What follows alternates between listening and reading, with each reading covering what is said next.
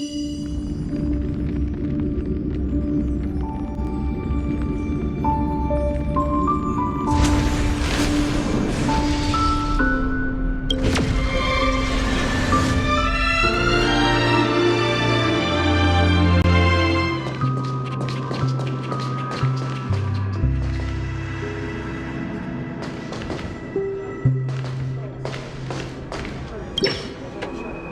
Jesse.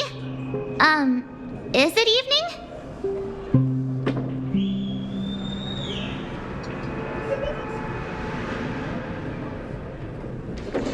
Welcome, Miss March. Who might these be?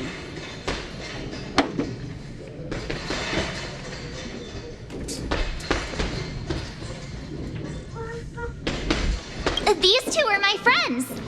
As for the man lying on the ground, he's a scaredy cat who fainted from fright. I see. Another poor guy who accidentally ended up here. I'll take care of him. There have been a lot of new faces lately. Things must be tough in the beautiful dream. The few remaining havens of freedom in Asdana will soon face trouble. Do such things often happen here? Not really, but they're becoming more frequent now. Guess it's one of the signs of the Sweet Dreams collapse. This man has had quite the shock. Could you help me find a Halovian lady, March? Her songs can heal me. A Halovian lady? That must be Robin. She's also here in Dreamflux Reef. Huh? Robin? But I thought she... Oh, right. If Firefly is here safe and sound, then it means Robin must be okay too. Misha is about to take us to her to find out what happened. But before that, let's meet up with Himiko. You were with her earlier, right? We met some stowaways in the residential area. Most of them came from neighboring star systems. I heard that places like Dreamflux Reef are scattered throughout the memory zone of Asdana, like islands in the ocean. They existed before the family arrived. I also heard that when Dreamflux Reef took shape, it was the center of all dreamscapes in Penacony. If that's true, it's no wonder there are so many similarities between this place and the Sweet Dream. Himiko must be gathering information. Let's hurry up and get going.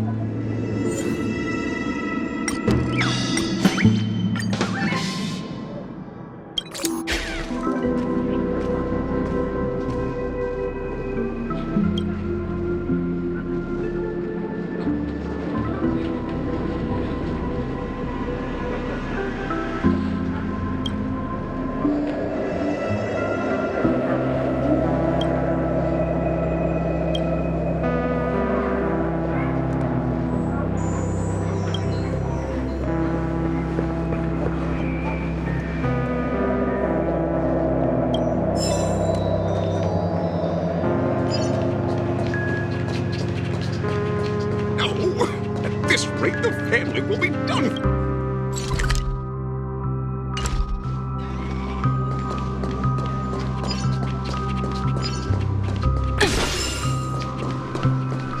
This is where we split up. She can't be too far. So that's how it is. I never imagined we'd gather the remaining details here.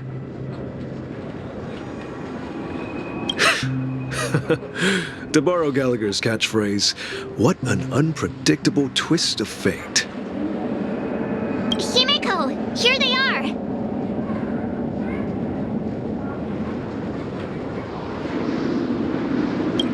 Perfect timing.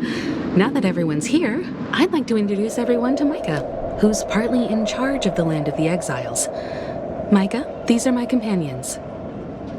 It's a pleasure to meet the Nameless. You know us? I've been keeping an eye on you since the day you arrived in Penacony. We would have met under more appropriate circumstances if Dreamflux Reef hadn't been isolated from the 12 Dreamscapes. Please, allow me to formally introduce myself. I'm Micah, the Gravekeeper of Dreamflux Reef. Gravekeeper. Life in Dreamflux Reef is pretty liberating. Everyone here mostly keeps to themselves, without meddling in others' affairs. My daily task involves cleaning a few tombstones. You're too modest, Micah. When lost dream chasers stumble upon this place, you're the one who takes care of them, guiding them back to the sweet dream, or showing them how to survive the wild dream chaos. So, guardian of sorts, hmm? Were you talking to me, Mr. Yang?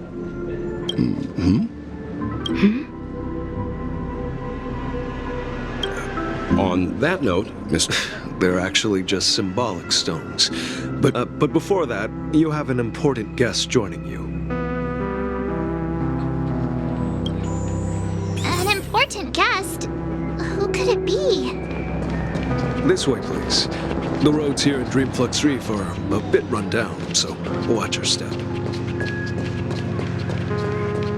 I remember when this place was all fascinating and bustling.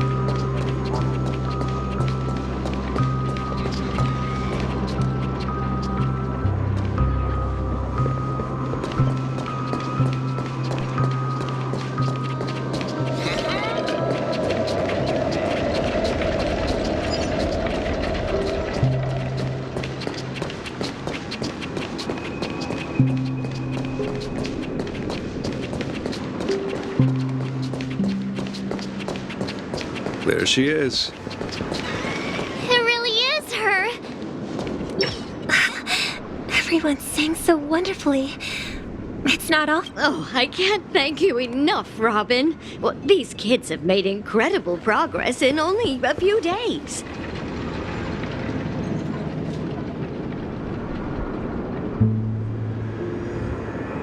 It was nothing, Grace. I merely taught them how to sing. It was you who brought hope into their lives. Life must be quite difficult for them in reality, I imagine. That's right. Whenever it's time to say goodbye to these kids, they're reluctant to leave. But I've explored every corner of Dreamflux Reef, talked to everyone I met. And It seems you truly are a child of the Harmony.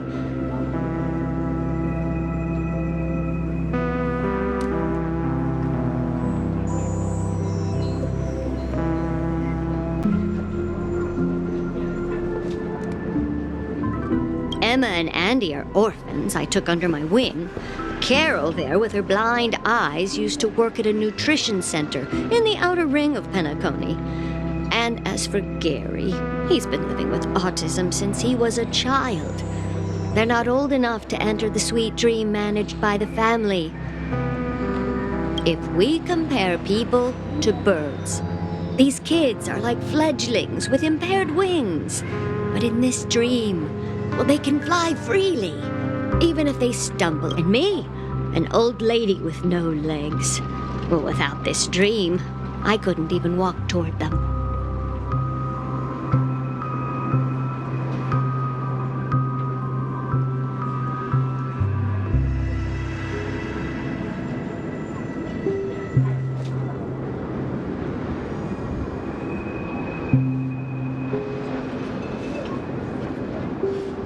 I'm glad that you found a new life here in Penacony.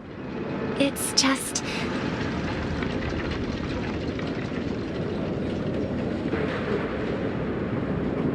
Don't worry, Robin. Dreams have their significance, but they aren't everything. Both the children and I understand this. No matter how long we fly through this dream, we will one day return to reality.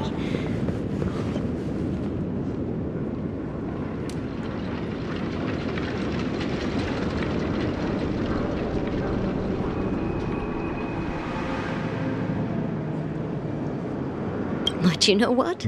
Emma and Gary aren't plagued by their insecurities anymore. No, and Carol is learning how to cope with her blindness. And Andy is livelier than ever. Well, even I've become more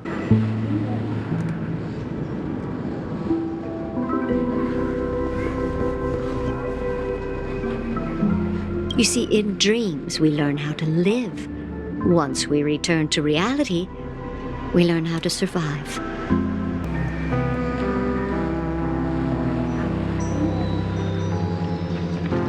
And should our feathers be damaged, then we share our wings with one another.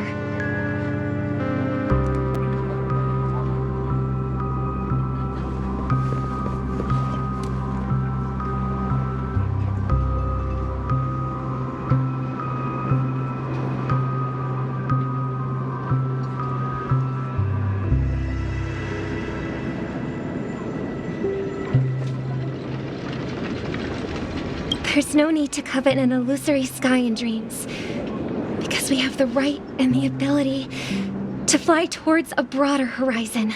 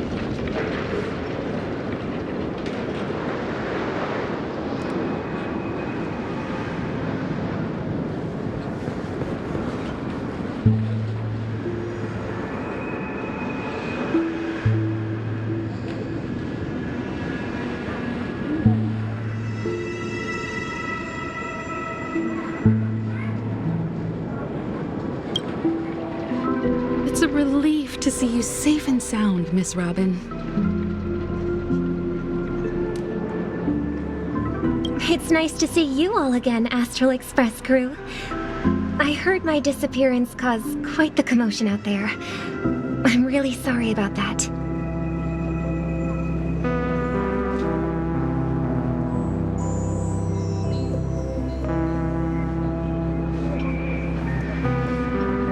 Since you're here, can we assume... Ever since I returned to Penacony, my voice started to change, until it gradually faded away. At first, I thought it was a temporary ailment, perhaps due to having been away too long. I thought maybe it just takes some time for my body to acclimate to the high concentration of Memoria and Asdana. But now it seems the root of the problem goes way beyond me. There are elements around me that don't align with the harmony. Losing my voice. The sweet dreams collapse. That memo keeper mentioned the same thing. So it's real.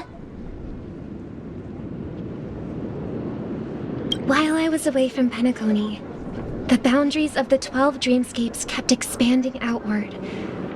But whenever I mentioned the anomalies in my dreams, all the family heads refused to talk about it. Only my brother was willing to respond.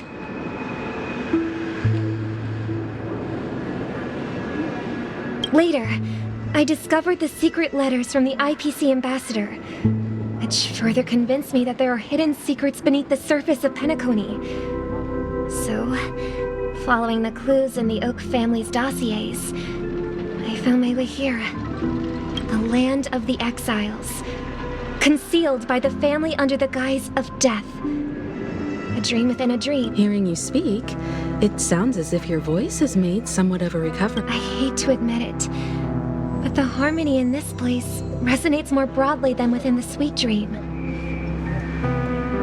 It's regrettable, but the family has experienced betrayal. The traitor, or traitors, abandoned their original principles and using the name of... This is not the strong defending the weak, but rather the strong exploiting the weak. A world without equality won't ever be favored by the harmony. And naturally... Could there be another force influencing the family's shift in philosophy, Miss Robin? Considering what happened with Acheron, it's difficult to conceive of another entity within the realm of the harmony capable of influencing everyone. Unless a power surpassing that of an emanator is involved.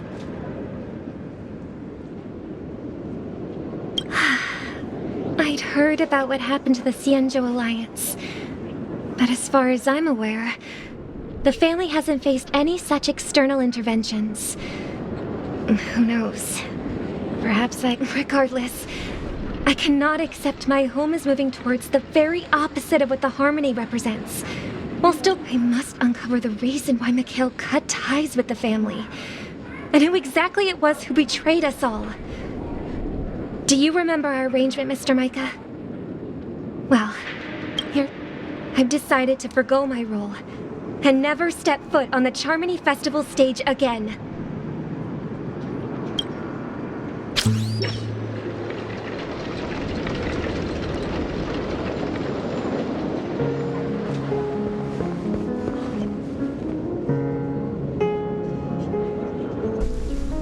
Look here, brother.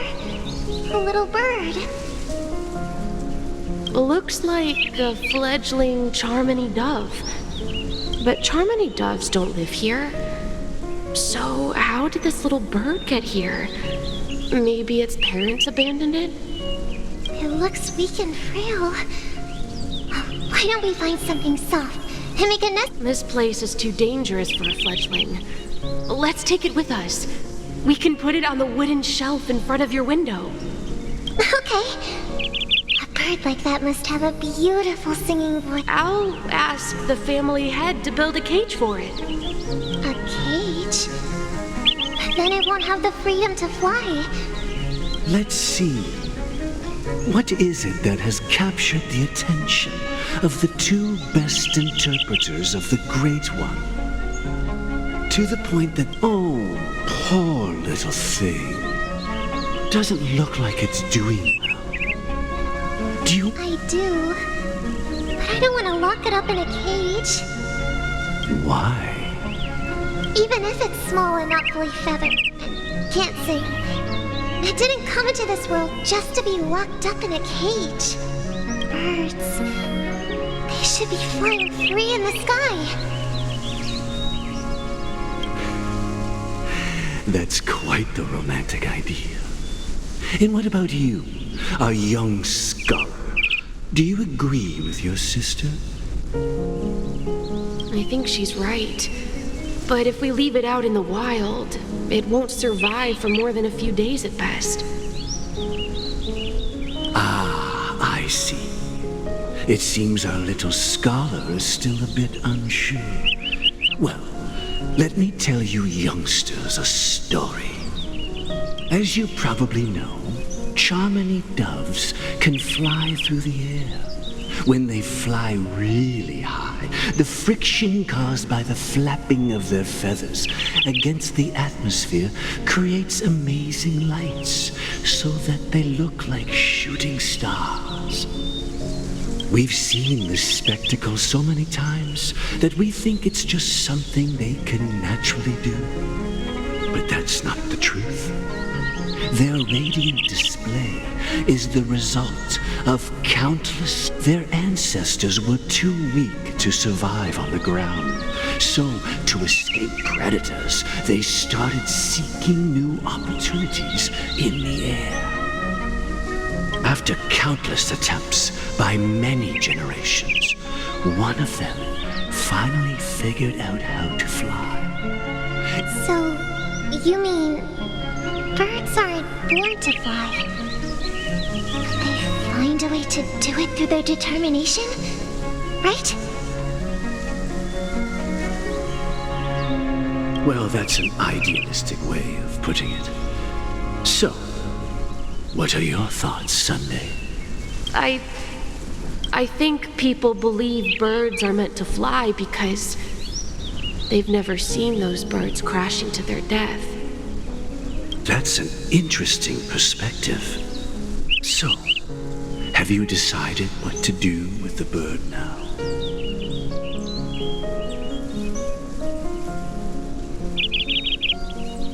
For now, I'll keep it in a cage until it can take care of itself because...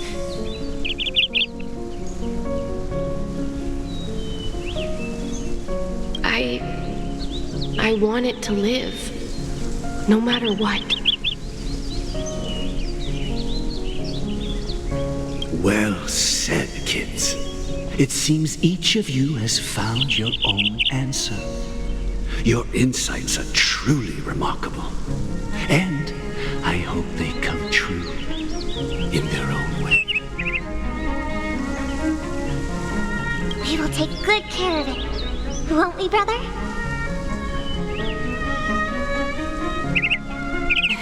Yeah, but Mr. Gopherwood, there's one thing I don't quite understand. And what might that be? What if this little Charmony dove never learns to fly in the end?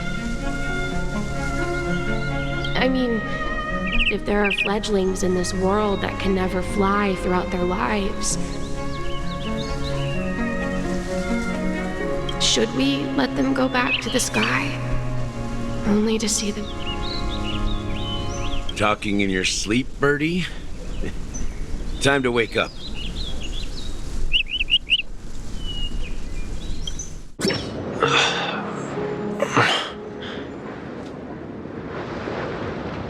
Huh?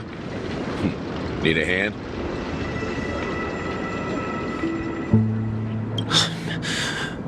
I'm still alive? Yeah. Happy about that. Where is Robin? Tell me. Now.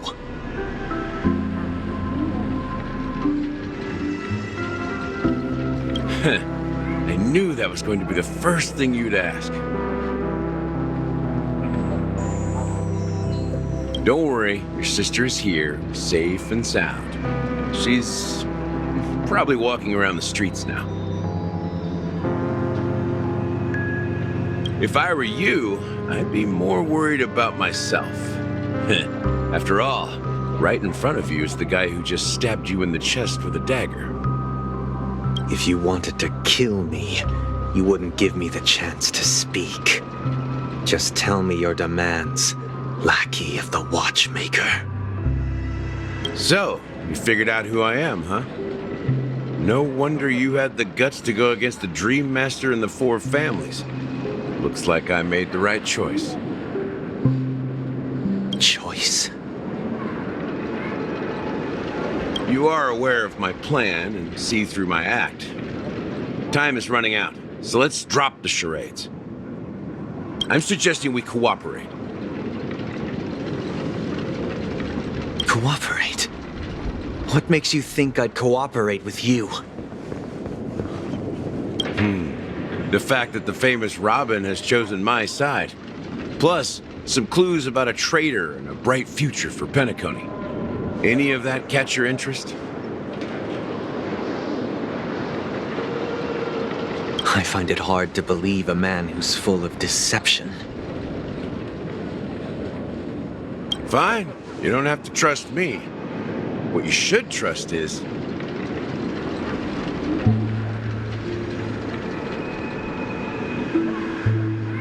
the sense of justice inside of you. Show me Robin first. All right, as you wish. Huh? What's your trick this time? Just kidding. I mean, this is late. And the crew, too. There are too many people who you owe an explanation. That'd be great. Please follow me, Honorable Oak Family Head. Now...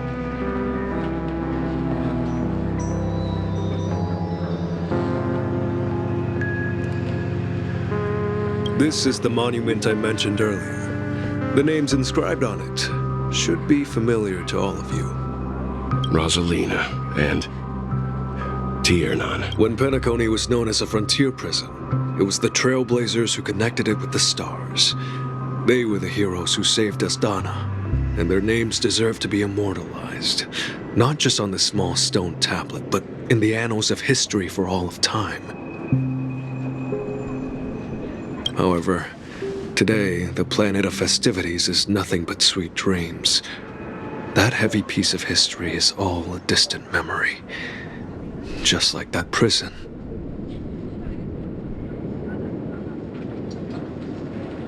If their names are inscribed here, then that means...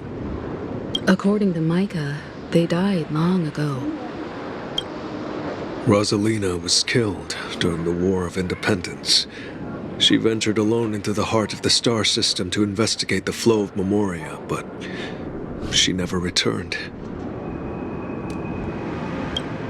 Tiernan was a skilled gunslinger, strong and reliable. He led the people through countless battles, but he didn't live long enough to witness the arrival of true peace. In the decade following the war, Penacony faced challenges internal and external. To protect Asdana, Tiernan took up the way of the Trailblaze and led the Lampmoth family to explore beyond the system, only to be surrounded and wiped out by the swarm. Though I had expected as much, the tales of these heroes truly are sorrowful.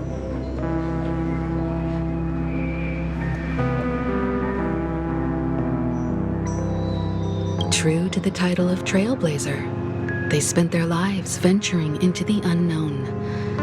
But what about this tablet? There are no names carved on it. When Dreamflux Reef was created, its owner was still alive. However, he insisted on erecting a monument for himself, saying that it will happen someday. Here we meet again. Everyone from the Astral Express.